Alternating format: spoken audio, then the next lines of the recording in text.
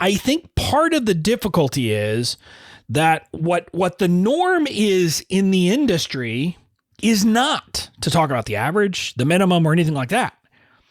The norm is to talk about the home run success. It's to talk about, what it's going to look like if you have all of these wonderful results. And the question I ask is, what if only 5% of your people are getting those kinds of results? Is that okay to present that as, kind of like the dream for people?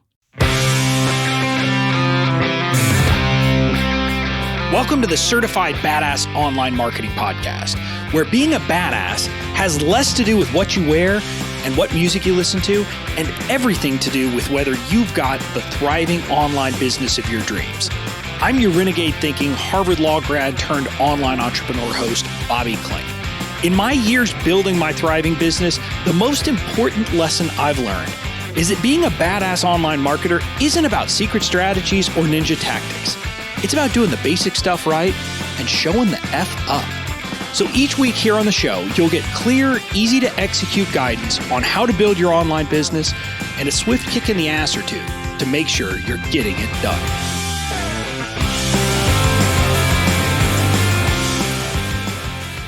Hey there, welcome to episode 205 of the Certified Badass Online Marketing Podcast. I'm your host, Bobby Kling, and I'm excited for today's show because we are continuing our walk through the Ethical Way series, where we're talking about what does it mean to kind of market ethically in the online kind of information space.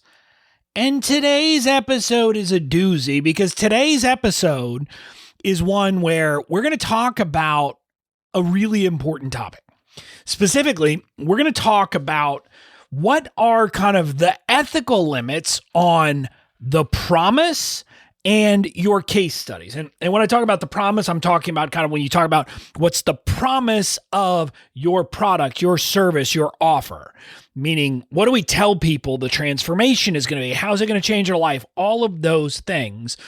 And we're going to talk about how do you approach that ethically, and what are kind of the limits that you ought to be thinking about on that? So that's kind of the first piece. But then we're talking about case studies. And case studies is a place where I think we need to have a big kind of discussion about what's happening in the industry. So that's what we're going to talk about. Now, again, if you're just tuning in, if you missed the last few episodes, we started in episode 202 with this Ethical Way series, where we're going through a lot of these ethical issues that kind of are raised by the online marketing space or in the online marketing space with what we do. And specifically, I'm focusing in on kind of people who are in my kind of space. They're a coach, they're a course creator, they're a service provider, they have a membership site, they sell some kind of information product, their services, their know-how, something like that. So it's not physical products, because there's a fundamental difference between a physical product and kind of these amorphous intellectual property, these things that are not tangible. Because as I say it, I mean, look, my iPhone does what it says it'll do, right? I mean, I get on it, I can make a call, I can download apps, I can do all those other things. And if it doesn't, there's a warranty, right? And so it's pretty clear. Now, I want to be clear, those people who sell physical products, they have ethical issues they need to address too. But it's different because they're selling a product that by nature will do what it is supposed to do. And so that really is kind of one of the big distinctions here and where I see these things as different. So that's why I'm kind of taking this up from the perspective of what are the ethical standards for people like you and me who are selling some kind of information product or a service that is about a transformation. So that's what we're talking about. Now, before we get into the promise and the case study, I'm going to tell you this episode is brought to you by my free training program, Badass Online Marketing University, or BOMU. And just to be clear, this is a truly free program. It is not a, free masterclass that's really about selling you something or anything like that. No, it is a free program where I'm putting together trainings and courses on all the things that I think, over time, it'll come to this, all the things that I think you need to build an online business around your know-how, around helping people solve problems. So that's what BOMU is about. Right now, there's 5 courses: online marketing foundations, online legal foundations, online financial foundations, badass messaging, and badass email marketing. But we've got more coming. So we are working on those. It is a passion and a mission of my business to do this. You can sign up absolutely free at bobbyklink.com/BOMU, bobbyklink.com/BOMU. Now, I'm going to give you a slight testimonial for BOMU right now. And here's the thing that I'm going to do. And I'm going to give you this testimonial, and I'm going to read it and present it in a way that hopefully I can use as an example of how maybe there is a way to do these things that don't raise issues. Now, specifically, one of the testimonials I have for BOMU, and it's on the page if you go to the BOMU page, is from Alicia Mathis. And here's what we say. Literally, I'm quoting her. BOMU courses are actually better than most paid courses I've taken. You might expect a half-baked course or one with 20 minutes of usable information and 60 minutes of fluff and sales, but Bobby's courses all have valuable and actionable information for the whole time. The courses are top-notch and are packed with so much really good information that applies to the online space. I have a bachelor's degree in business and information technology with a minor in marketing, and what Bobby teaches is real marketing and real business. Okay, so that's kind of the testimonial. And so it's not a case study, which is really what we're going to talk about. But when we get to that section, I want you to think about that. We're going to talk about that type of testimonial is not a problem, and I'll explain why. Maybe you'll figure it out before we get there. But that's the testimonial for BOMU. If you want to sign up, bobbyklink.com/BOMU, BOMU. Now let's talk about this issue. And I want to frame this. Always, I want to frame things from the perspective of thinking through what are the issues that come up. And today we're talking about the promise and case studies. And so in a sense, what this has to do with is how we communicate the results that people will get, the transformation that they will get from our program, okay?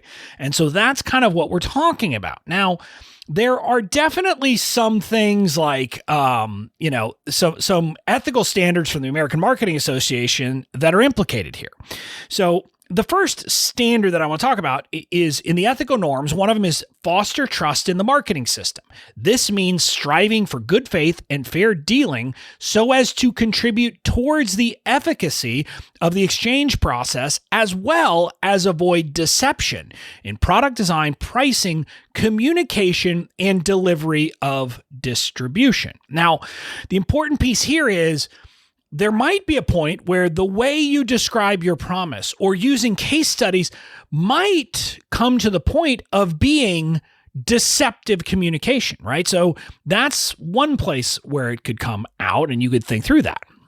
Now, separately, there is the notion that, the third kind of norm is that we will embrace ethical values. And some of those values are definitely implicated. One of the ethical values we are supposed to adopt as a marketer is honesty, to be forthright in the dealings with customers and stakeholders. And there's one of those situations, or one of the kind of bullet points under that is particularly relevant here.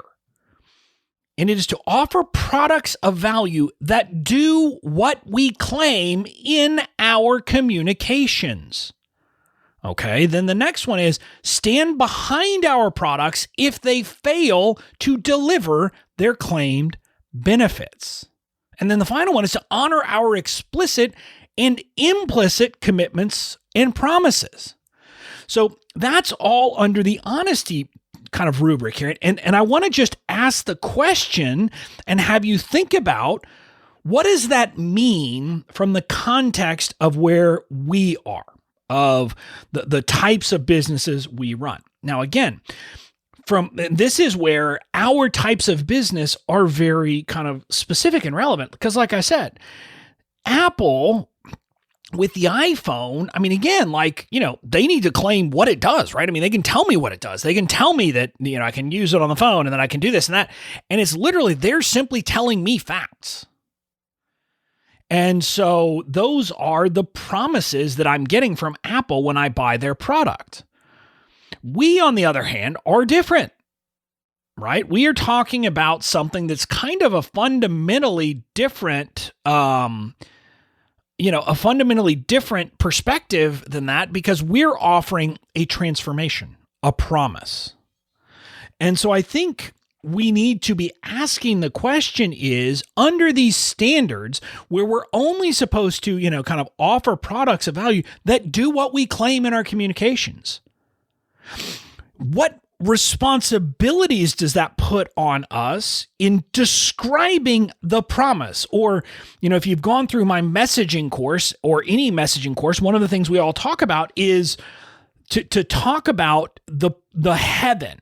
What is the good result? And so what I want you to get is sometimes the promise will be very explicit. Say, when you're done with this course, you will. Or when you're done with this event, you will. Or after, this program, you will, right? And we literally are explicit and telling people where they'll be. So in that case, it is an explicit promise. And in that case, we can look and say, okay, that's a promise. We need to think about it. And we're going to get to how do we make that promise? How do we think about that in a second? But before we do, I also want to bring up the prospect of the implicit promise. And what I mean by that is we sometimes use copywriting techniques and we sometimes use messaging that isn't explicit. I'm not promising you that result, but we might say, imagine how amazing it would feel if, or imagine how amazing it'll feel when. Now, we don't promise them necessarily that they're going to get that result, but we're doing something called future pacing. We're getting them to imagine how great it will be when they're in that position. Or maybe we tell our origin story and talk about how we are currently in the heaven. And we talk about what our life is like now. Those are other places where you might wonder, you might say, well, am I implicitly promising those results to my buyers? And so that's another place where you need to think about these issues we're talking about the promise, come up in those contexts too. Not just where you say, when you finish this program, you will blank. Okay, so those are the places, the explicit and the implicit. But now I want to talk about how, if we want to be ethical, how do we craft the promise? And again, we can talk about extremes, right? So if everyone who took our course, who got our service, who signed up for our group coaching program, whatever our product is, whatever our offer, if every single person got results, it would be a very easy thing. Now, and I say that, even that, it might be complicated but we could ask some questions. So if everyone got results, we might ask this question. We might say, okay, is it the average that we should present as the promise, or is it the very best? There's not a clear answer there, but if we're promising that our product will get results, if we're saying, if you sign up for this, you will get that. If that's the presentation we make, then I believe under the American Marketing Association standards, we have a duty to stand behind our product if the people don't get the that, right? If they sign up for the program, they don't get the that. Now, again, that's an ideal world where, everybody's going to do the work and all that. So we could complicate this by saying, okay, we're only talking about the people who do the work, right? Because we literally cannot control people not doing the work. And so this is kind of when we kind of come into last week's episode. I talked about taking responsibility for our marketing decisions and our marketing strategies, which is another one of the ethical values we are supposed to live up to. So with that, Okay, fine. So let's exclude the people who don't take action, who don't do anything, and it's not our fault that they didn't. Let's just exclude those people. What then? And again, I think part of the difficulty is that what the norm is in the industry is not to talk about the average, the minimum, or anything like that. The norm is to talk about the home run success. It's to talk about, what it's going to look like if you, have all of these wonderful results. And the question I ask is, what if only 5% of your people are getting those kinds of results?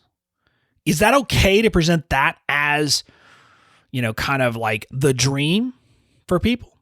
Now, again, if you present it as if it is, if you do this, you will get this result, I think it's not okay, right? Because under these standards, they're not. A lot of people aren't. 95% of people won't. And by these ethical values, we're supposed to stand behind our products if they fail to deliver that. Now, again, excluding maybe people who don't do work, who don't put in the effort. But again, the problem is, and this is not, I'm not saying that piece right there as a wiggle out of any responsibility where you say, oh, well, they did the work, but they didn't do it right. I mean, because again, we can't do that. I mean, if you're going to try to wiggle out of this and say, oh, yeah, well, okay, but they didn't. What I'm talking about is if people put in the good faith effort, my view personally is that, if we promise that if you do the work, you're going to get these results, they ought to be able to get it. And it's unethical otherwise. Now, the difficulty is when it's in these implicit, not the explicit, where we're not promising that you will definitely get this result, and maybe we put some caveats. But our caveats are understated, right? Our caveats are, kind of like in a little disclaimer, a little, we put a little star, and we put it in small font, or we put it at the bottom. And we know that most people don't read that, don't pay attention to that, and we do that on purpose rather than being explicit and making it very clear that we're not promising these results and we can't promise these results. We try to make it a kind of, they don't really notice that. They don't pay attention to that. And so that's what I'm talking about. We have to think about those things. But these are questions that I think we all need to be asking, and these are questions that are unique to kind of this transformation-based products. Because like I said, this is not an issue for Apple with the iPhone. They don't have to worry about a promise they made to me because the dang thing operates as promised, right? And so the difficulty is because what we're taught is, and again, this makes sense from a marketing perspective. If we want to be effective as marketers, we can't simply say, well, I'll just use the course as an example. Here's the course. It's 8 modules. You'll learn this, you'll learn this, you'll learn this, you'll learn this, and you'll learn this. Because people won't be motivated by that, right? And that's kind of the thing. And this really is one of those issues where, it's kind of hard for, it's a complicated issue for me. And when I get to the case studies, I'll make this point even more clearly. Because I started with legal templates, I mean, my legal templates in many ways are more like a product. They're more like the iPhone because it's not like I'm promising you that, oh, you're going to get these in place and all of a sudden you're going to make $1 million. Although Facebook did once accuse me of my legal stuff being a get-rich-quick scheme, which I thought was quite amusing. I say that it was an auto rejection of a Facebook ad, which of course was overturned. But you can see how in that space, I was really living in the a product-based space. But as I moved over to the kind of coaching space on the business stuff side, all of a sudden I had to start grappling with these. And I'll be honest with you, in many ways, even when I presented my origin story for my email marketing program, when I was selling it before adding it into BombU, I think I was a bit guilty of this, of presenting it as if email was the thing. And so almost as if it had presented me with this heaven. And so, people might have taken that as, oh, if I just take this course and get good at email, I'm going to know everything I need to know and I'm going to make millions of dollars. Now, I didn't ever say that, but you could see how in talking about the promise, it really will kind of lead to that. And And again, part of this promise issue is people need to recognize, and a lot of marketers don't, and this isn't just marketers, this isn't a marketing thing. A lot of people don't recognize that our success isn't a good determinant of other people's success if they apply the same process. And here's what I mean. One of the things that I've come to realize is that my natural abilities, based upon, like, if you take the Gallup Strengths Finders, when I've taken the Myers-Briggs, all of those things, you know what they say about me? They say that, among other things, I am built to be a performer. I'm built to be up and in front of people telling stories. You know, like literally my Gallup Strengths Finders test, when you look at some of the subpoints, it'll say things like, you have a natural ability to tell stories that weaves, and again, I'm not getting this exactly right, but basically says weaves my personal experiences in with my business.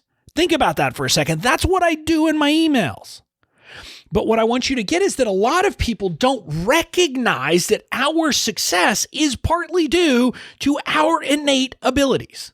Now, I'm not saying this stuff isn't learnable, but what I'm saying is that someone who doesn't have the natural ability to see connections between things and tell stories that I do, they're not going to be able to employ my email strategy the same way with the same level of success. Now, I believe they can learn it. I believe they can do it, but I'm not going to pretend that it's going to be as easy for them as it is for me.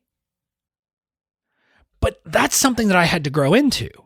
And I think a lot of people miss that fact. A lot of people don't recognize that our success is partly based upon so many different factors. That what does this mean for us in describing the promise of what we do? And again, it's one of those things that's very complicated and we have to think about it. But again, other parts for me is like, I have to recognize part of my success now as an entrepreneur is, guess what? I've been public speaking since I was 15 years old when I started high school debate. Pretty much uninterrupted since then. I was in debate. I was in mock trial. I was in a competition in high school where I was literally came up to Washington, D.C. and was pretending to testify before Congress. I did all of that. Then I went to law school. I was arguing. So you can just see I have cultivated a skill. Now, again, my Strengths Finders coach, Anna Nelson will point out, maybe I did those things because they're within my natural ability set too. But my point is that contributes to my success as an entrepreneur, because I can get up on stage and I can communicate ideas. I can influence people. I can talk. All of these things come into that. What is my responsibility in talking about that when I'm describing the promise of my program? Now, again, luckily, of course, my programs now are free other than my coaching program. So it's not as big of an issue, right? Because I can say, well, I'm giving it to you for free. So go enjoy it, implement, etc. And again, I still take it seriously. I'm not going to overpromise on what BombU or anything else can do. But I think it's something that we need to be thinking about these questions. And we need to be asking ourselves, how do we do that? Forget like the promise for everything else. How much do we need to think about the extent to which certain people's natural abilities, ours and some of our students' natural abilities, will affect their abilities to get the results we want? It's a question that we need to be thinking about. Every single one of us needs to think about that for our people. So that's kind of talking about the promise. And again, like I said, this is not one where I have clear answers. I just think we need to be thinking about it. We need to be more transparent than we are. But one thing I know is, I don't believe that it is ethical to present the promise of your product of whatever sort it is, if that's based upon the results that only 10, 15, even 20 to 25% of the people who take it and do the work can expect to get. I don't believe that's ethical. That's my personal opinion. I believe that if people who are doing the work, if 50% of the people who are doing the work aren't getting the results we're presenting as the promise, it's a problem. So again, I think we need more transparency. I think we need to be careful about calling something a promise. I think we need to be, careful maybe about presenting promises as kind of a range of things and almost saying, look, different people are going to have different results. Here are the kind of results you can expect over this range of things if you put in the work. But also presenting stuff, for example, that putting in the work might mean trying things multiple times. For example, one of the things I'm very clear about with people is, look, I think marketing, when done right, will work every time, all of the time. The problem, of course, is that doesn't mean it works the first time, because marketing is a trial and error process. It's science, it's art and science. And so I can't say you're going to go through and you're going to find your message and boom, you're going to win. No. Now, what I will say is when you find your messaging, things are going to start to work. But finding your messaging is something that takes years. I'm just now at a point where I feel like I've really dialed in my messaging. And again, my messaging today is kind of, an evolution of what the messaging was back in 2019.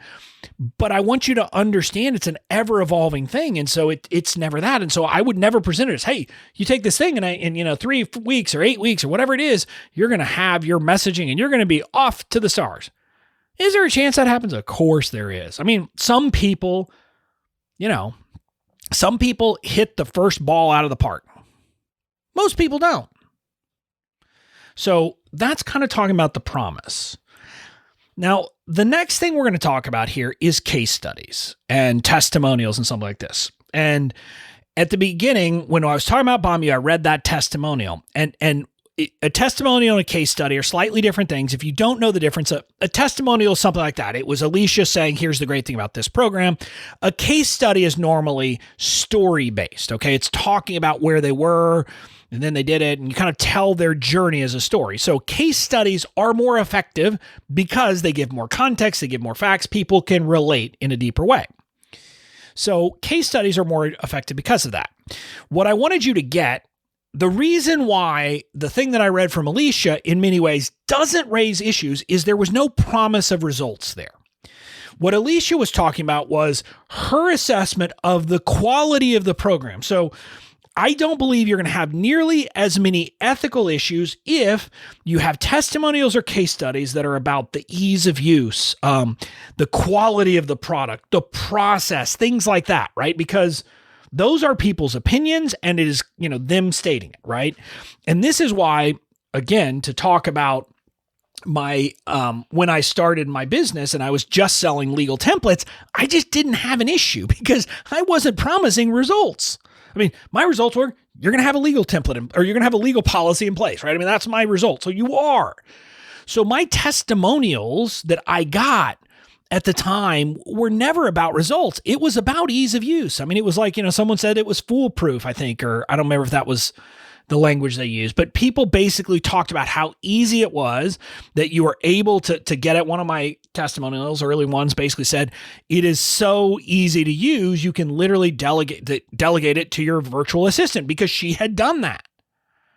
And so those were the kinds of things I collected. They just didn't raise issues. The testimonials I'm talking about here and case studies I'm talking about here are the ones that are talking about the results. So it's kind of, they're the ones that are inextricably intertwined, to use a fancy word that I know from the legal perspective, with the promise, with the results. And so again, here's one of these things, even if you don't present the promise explicitly as you will get these results, what are our obligations in thinking through the kinds of case studies or testimonials we present? And what I mean is, what if, even if we don't make a promise, right? Even if we're very clear and very careful to not make a promise in what our product will get, but we want to present case studies, okay? And what if only a very small minority of the people who take the program and even do the work get results? What does that have to do with it? Or more importantly, what if we have a lot of people getting results, but is it okay to only pick the top 1% and present their case studies, their results. And by top 1%, I don't necessarily mean like, for example, in my case, like of a business building, the ones who get the most revenue. I mean the most extreme examples of results. So let me kind of get a little more granular. Like, for example, if you talk about someone who started with no list, no audience, no following, and 6 months later they had X, I mean, that could be a different thing, even though maybe they didn't make as much money as some other people. The fact that they started at nothing and got these ridiculously good, crazy results makes them an outlier. And the question that I think we all need to be asking is it okay to present case studies that are outliers? Because that's what we're doing. Let's just be very clear. Nobody or hardly anybody is presenting case studies that are kind of an average. We're picking our best things because it's self-selection. Only the people who got results will give us a case study to start with. And even then, we only tend to go after the people who have gotten the best results that are the ones we're talking about. And is that okay? Does that give a distorted perspective? Is that making an implicit promise about results? These are the questions I think we need to be asking. And again, I want to be very clear. I do not believe personally, now maybe you think I'm nuts on this. Now, from a legal perspective, this might meet the standard or whatever. We're not even getting into the legal stuff here. But I don't believe that simply saying their results are not typical is good enough. And I mean that even if you're very explicit. Now, I heard someone a while back, I mean, I think it's been 3 or 4 years, I was watching a recorded webinar, and someone was very good and kind of did the results not typical in a very good way. But here's the thing, I now look at it, I'm like, but was that ethical? Because what they did is they were very clear. They said, look, these results are not typical, but you don't want to be typical, do you? You want to be exceptional. The problem with that is we know that most people aren't going to be exceptional. I mean, by definition, right? I mean, it's this funny joke. I've forgotten what percentage, but I don't know. 80% of Americans believe they're above average drivers. That is impossible, right? 80 people cannot be above average by definition. And so, I simply say that I personally do not believe that putting a caveat of results not typical, even if you're express about it, even if you're explicit, even if you try to do it in that way, I don't think that solves the problem. Because implicitly, in my mind at least, what you're doing is you're making the promise to people. You're using these case studies to inspire. And so I believe personally that the place I've come down is that we have to be very careful about case studies and testimonials that are result driven, that are about the ultimate results, the before and after. Okay. And again, I'm not saying they're illegal. They are not. But I think we have to if we want to be ethical, we have to ask ourselves these questions. Is that being transparent with our audience? Now, again, if you say, look, if you were clear, if you said to people, look, only 20% of people get any results, and here are my best cases, okay. But I'm betting that's not how you present your case studies. I'm betting that's not how you present your testimonials. And the duty of transparency and honesty and all of these things, to my view, imposes a duty on us from an ethical perspective to share more, to share that context, to help people understand the range of results and not simply present the crazy, exceptional, like outlier results, because that gives a distorted view and creates, in my view at least, an implicit promise of those results. Now, again, this is one of those episodes, this is one of those things where I suspect people are going to be like, Bobby, you are nuts. What am I supposed to do? How am I supposed to not present testimonials? And I get it. But I'm simply going to ask you, when you're buying, wouldn't you want to know that information? And I think the answer is yes. Like, if literally only 1% of people got results, you would want to know that. And if you would want to know it, you as the marketer should present that information to your buyers. Now, again, there's a deeper question there, in my view, that if only 1 or 5 or 10% of people are getting results with your program, maybe there's a deeper issue. Now, and again, what I would say is like to some extent, that's the nature of certain businesses, right? I mean, let's be clear, like, for, for people who are helping people, with addiction issues, that's going to be low success. But you have to, just kind of help people understand that and understand that even that low chance of success is worth it. But the problem is that what happens is testimonials, case studies, et cetera, are presented as a reason why it's worthwhile to spend this money. And people need to know. I mean, again, we could put it in the business building, in the marketing world, we could be very express. Like if you're talking about, case studies about people who are going to get make $100,000 and your course, say, is $2,000, but you also know that only 1% of people even get those results. Well, that's information people will want to know. Again, I don't want to bore you with the math, but that would make it a bad investment because it would suggest that you're going to lose money on average on the course. Now, again, if you present that information and people decide to join anyway because it is an expense they're worth making, knowing all the facts, that's different. That's my opinion. But I want you to be thinking about these issues. Now, the other thing, though, that happens often with testimonials and case studies that I think, and especially case studies, that we need to be very, very kind of aware of is that we are often presenting case studies without all the context. And when I talked about the difference between case studies and testimonials, one of the things I said is because you tell a case study as a story, you provide more context. That context is what makes it more valuable. That also means, however, that I believe you have a duty to provide all the facts, to provide all the context. For example, if you talk about, and again, I'm going to use my example because, I can use this very clear, and I have a very clear examples in my mind of this in the business building space, okay? So if I present an example, I would never, of course, do this, but if I did, of saying this person got success even though they had no list when they started, okay?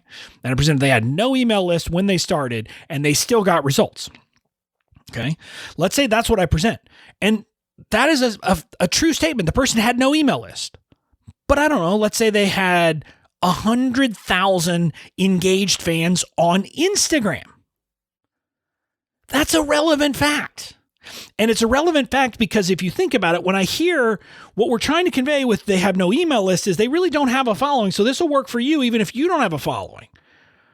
But if you're like a typical person who has no list, you probably don't have 100,000 engaged followers on Instagram. You should probably know this person had that. So it kind of makes that case study less relevant to you. And so those are like very small examples because what we're trying to do with case studies is provide examples that give people some hope to see I could get those results too, because I can relate to that person and where they were when they started. So that makes it incumbent upon us. And this one I think is, regardless of where you come out on whether to use results-based case studies, providing that context is a must. And again, some of this is in doing our due diligence to make sure we know all the facts, but it's also in not leaving out facts that we know that are relevant. Because that latter part is pretty clearly wrong because that's being dishonest. Intentionally leaving out facts that we know are relevant and would affect people's judgment or decision is being dishonest. It's the piece before that of making sure we know the facts and know enough of the facts so that the way we present it has the relevant context. That's the piece that I think we need to be thinking about from an ethical perspective. And we can't simply be like, an ostrich putting our head in the sand, which by the way, I don't think they actually do, but we can't simply ignore and try to not learn facts that might make a case study less effective. So that's kind of providing context. Now, just so you know, coming up later in this series, I have an interview with Tarzan K, my friend, my original email mentor, but she's also a copywriter. And we had a discussion about, writing kind of ethical copy. And we talked about case studies, and she provided some examples of, not doing the outliers. And so we're going to come back to this conversation there. But I wanted to have this as a standalone episode because I think it's important. I think talking about this matters. I think thinking about this matters. And all of this comes down to, how do we draw the line, both the promise and the case studies here, how do we draw the line of not providing kind of fake hope or false hope that doesn't actually accurately represent kind of what most people are going to get from our product? What are the ethical rules about that? What are we comfortable with? And again, what I'll tell you is the American Marketing Association has standards that says, hey, we have to stand behind our product doing what we say it does. Now, that means if we're making a promise and if we're giving the implication, whether it's explicit or implicit, that our product will do X and it doesn't do X, we got a problem.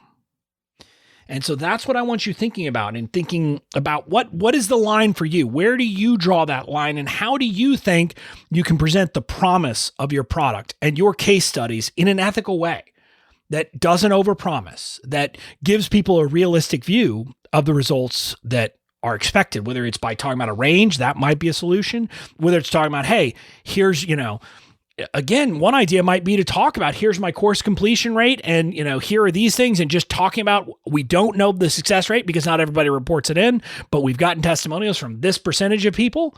Again, you could do all of those things. You could think about that.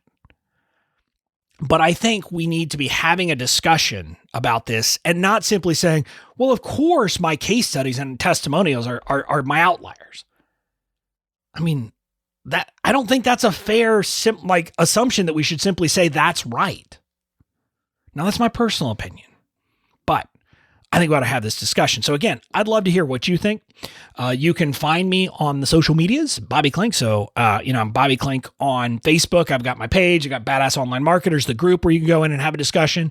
You can also, find me on Instagram, Bobby Klink. I'm at Bobby Klink there. Have a discussion. Let me know what you think. Tell me. I want to hear, when you're hearing this, am I crazy? Are you saying, man, this guy's nuts?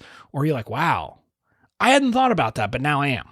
I'd love to hear what you're thinking because I want to have a discussion here. That's my goal. So that's it for this episode. Now, in the next episode, we're going to talk about a very specific thing, which is, where's the line in busting objections? And what I mean by that is, too many of us, or a lot of us have been trained. I don't want to say too many. I don't know what the rule is, but a lot of us have been trained. Hey, when someone asks a question, during a launch or during a sales process, it's just an objection to be busted.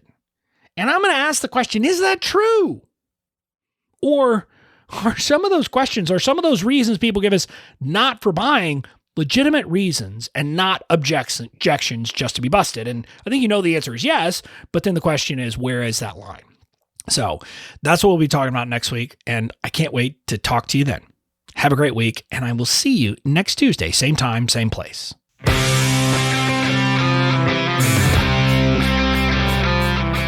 That's it for this episode of the Certified Badass Online Marketing Podcast.